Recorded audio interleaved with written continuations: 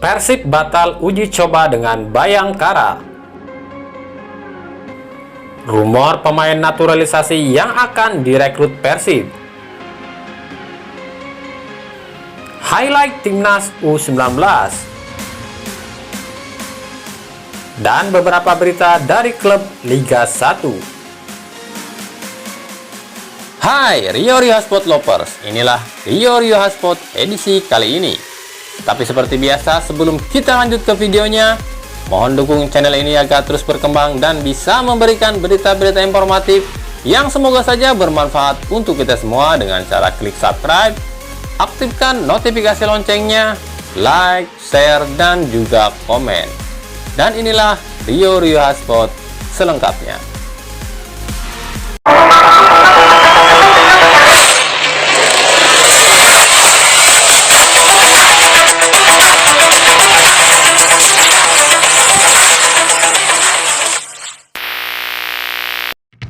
Laga uji coba antara Persib Bandung versus Bayangkara FC harus batal dilaksanakan.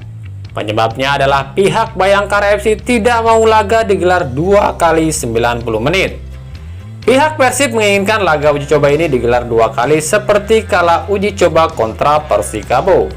Namun pihak Bayangkara FC menginginkan hanya 1 kali. Hal ini disampaikan Komisaris PT PBB Haji Umum Muhtar.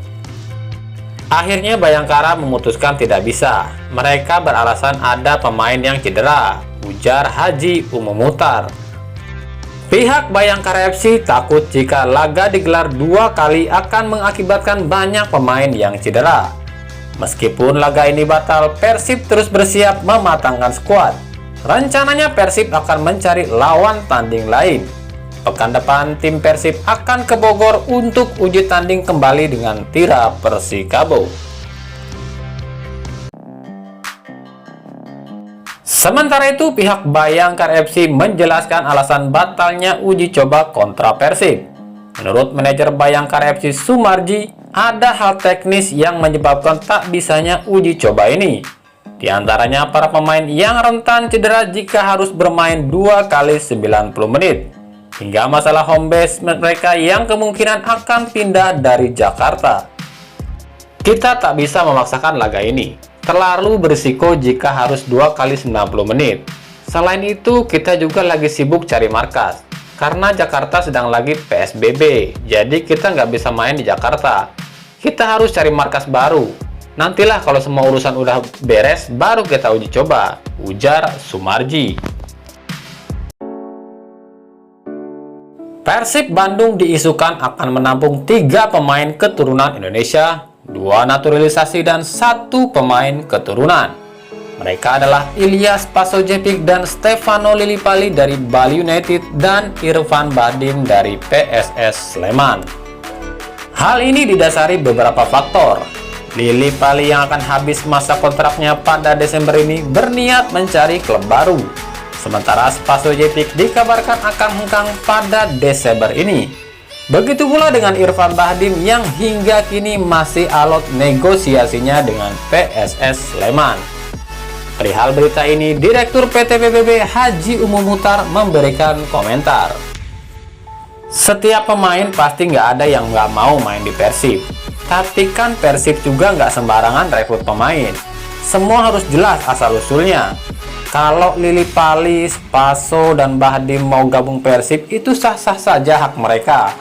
Tapi sejauh ini kita belum ada rencana untuk rekrut mereka. Tapi nggak tahu ke depannya, kan yang tahu kebutuhan tim itu pelatih. Ya kalau pelatih minta akan kita usahakan. Tapi sejauh ini kita belum ada hubungan dengan mereka, ujar Haji Umum Muhtar. Laga kedua Timnas U19 di Kroasia berakhir imbang 3-3. Bahkan tim Garuda Muda harus tertinggal 3 gol lebih dulu dari tim Saudi Arabia. Peluang pertama Saudi Arabia terjadi melalui titik penalti di menit-menit awal babak pertama. Total ada 3 penalti yang diberikan wasit untuk Saudi Arabia. Penalti pertama gagal. Namun penalti kedua dan ketiga berhasil membobol gawang timnas U19 yang dijaga oleh Adi Satrio.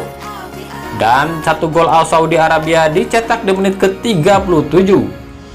Garuda Muda memperkecil kedudukan di menit akhir babak pertama melalui Irfan Jauhari.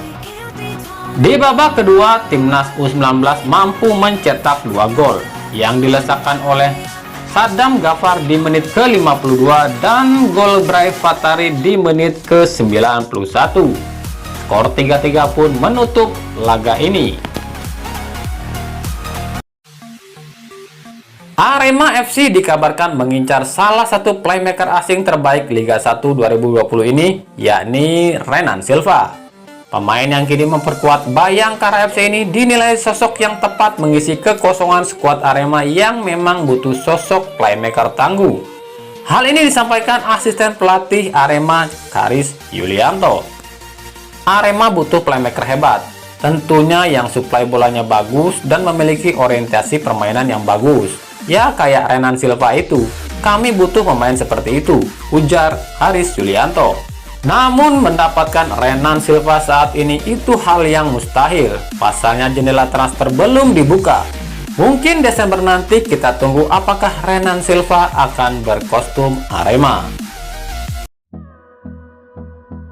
Pelatih Persela Lamongan Nil Maizar mengaku kekuatan Persela akan jauh menurun setelah ditinggal Rafinha. Untuk itu ia mengusulkan pihak manajemen Persela untuk mencari pemain pengganti yang memiliki level seimbang dengan Rafinha. Sejumlah nama pun muncul, mulai dari Sergio Barbosa, Robertinho Pugliara, bahkan hingga mantan pemain Persela di 2017 Keisuke Uchida. Kini satu nama lagi muncul menjadi bakal calon rekrutan baru Persela. Ia adalah striker asal Brazil Felipe Martins. Pemain berusia 29 tahun ini pernah bermain di Liga Indonesia pada 2018 lalu bersama PSMS Medan. Kini Felipe bermain di Liga Vietnam bersama klub Song Lam Ngean. Pelatih Nil Maizar memberikan komentar mengenai hal ini. Kita sekarang fokus pada Liga. Memang banyak penurunan performa dari pemain, tapi itu wajar. Kita memang kehilangan Rafinha, ya kami sangat terasa kehilangan dia. Dia sosok penting di tim ini. 3 assist dan 2 golnya itu sangat berarti buat kami, ujar Nil Maizar. Yang pasti skema akan berubah dengan tidak adanya Rafinha. Ya kita lagi cari pemain yang sepadan dengan Rafinha, baik dari performa, dan kualitas. Sejauh ini ada beberapa pemain incaran, tapi tunggu bursa transfer, ujar Nil Maizar lagi. Madura United dipastikan melepas salah satu pemain asingnya yaitu Emmanuel Oti. Pemain asal Ghana itu diketahui tak menemui titik sepakat perihal negosiasi kontrak yang ditawarkan. Hal ini disampaikan oleh Direktur Madura United Haruna Sumitro.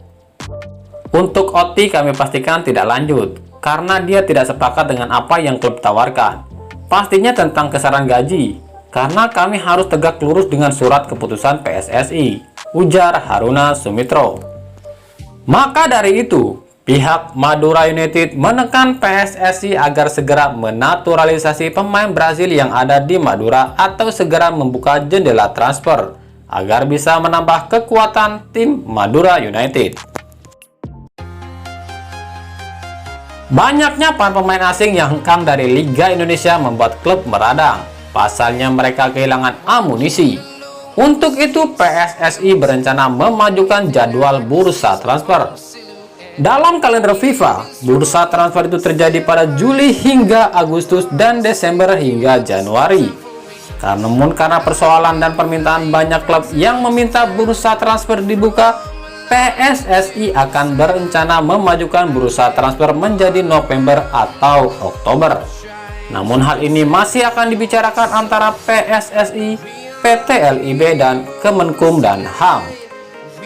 Meskipun bursa transfer akan dimajukan, namun karena adanya regulasi yang tak memperbolehkan melakukan transfer antar klub Liga 1, hal ini tentu akan menyulitkan klub-klub kontestan. Pasalnya untuk merekrut pemain berkualitas namun mau dengan pemotongan gaji itu sangat sulit. Praktis klub-klub hanya bisa mencari pemain amatir yang bisa dibeli dengan harga rendah.